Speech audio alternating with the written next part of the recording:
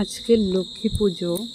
আর এদিকে দেখো ঠাকুরকে মালা পরিয়ে দিয়ে পুজোর সমস্ত কিছু আয়োজন করে রেখেছি।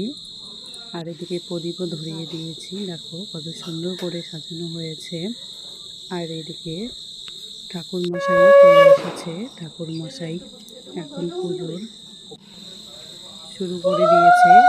আর আমার শাশুড়ি মা উপর ছিল, তো দেখো উনিও বসে পড়েছে। আর এদিকে আমার পাপাটা মিষ্টি করছে।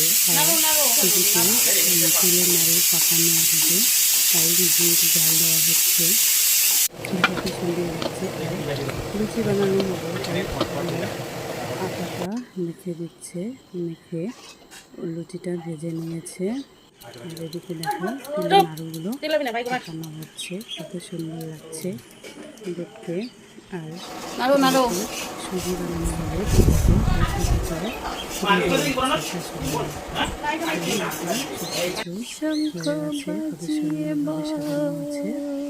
তারপরে রাত্রে নানপুরি খাওয়ানো হবে।